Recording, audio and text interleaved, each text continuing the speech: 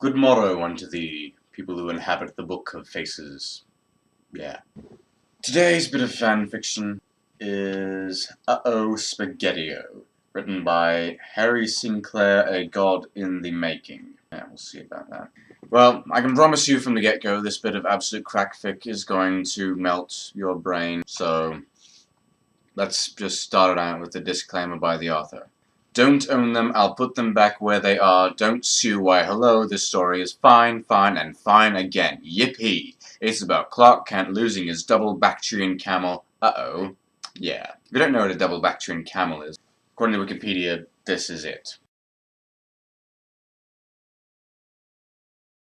Yeah, so let's start out with chapter 1, even though there is no chapter 2 to follow it. It was a fine day, sun in the sky, birds in the sky, even airplanes were in the sky today, which was super, because if it was cold, Clark would have to ultra-super-duper cajolingly rush back inside and fetch his scarf, although he loved his scarf made for him by the teapot. Very much it would be such an annoying task to fulfill, so off skipped Clark to school. When he arrived, Pete leapt over the desk and kissed Clark on both cheeks, and knelt down and even kissed Clark's shining black shoes. "Hello, pet," said Clark in his brand new Northern English accent, and sat down, emptying his makeup onto his desk, with Pete kneeling next to him watching and learning from his super master. "Blush, check," muttered Clark to himself as he picked up each piece of equipment. "Mascara, check. Lipstick, check.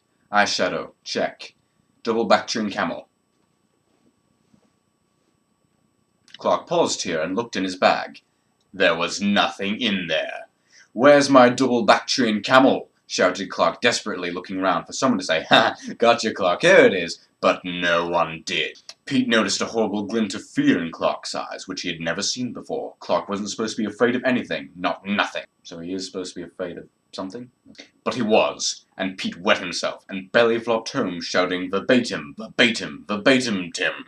At that moment Chloe walked in, smiling hysterically, which had become permanent since she got over Clark, and said through clenched teeth, "Clark, what's wrong?" But Clark had already gone into a form of emotion only known as rage. Don't make me angry. You wouldn't like me when I'm angry.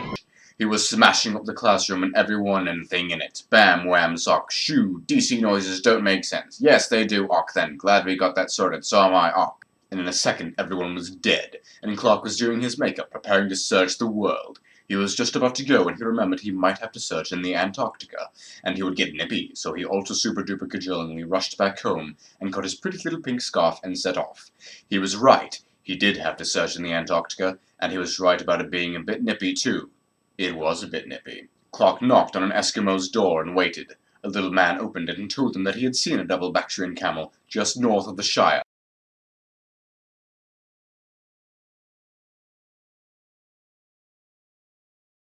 But he had turned evil.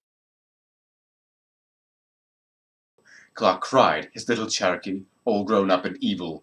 When he was done crying, he skipped to the Shire, and found his double Bactrian camel had grown to the size of a house, and was made of iron.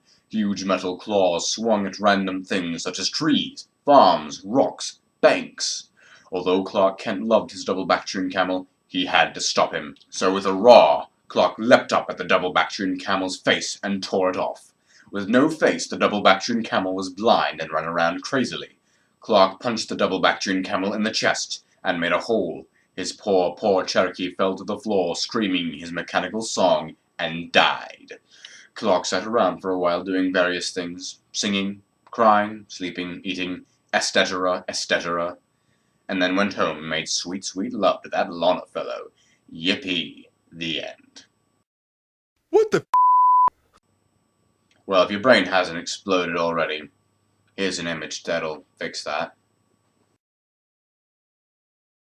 So I hope your mind is messed up. Well, no, your mind probably isn't as messed up as mine. But, to start. Also, this will be the last time that you see a video in here.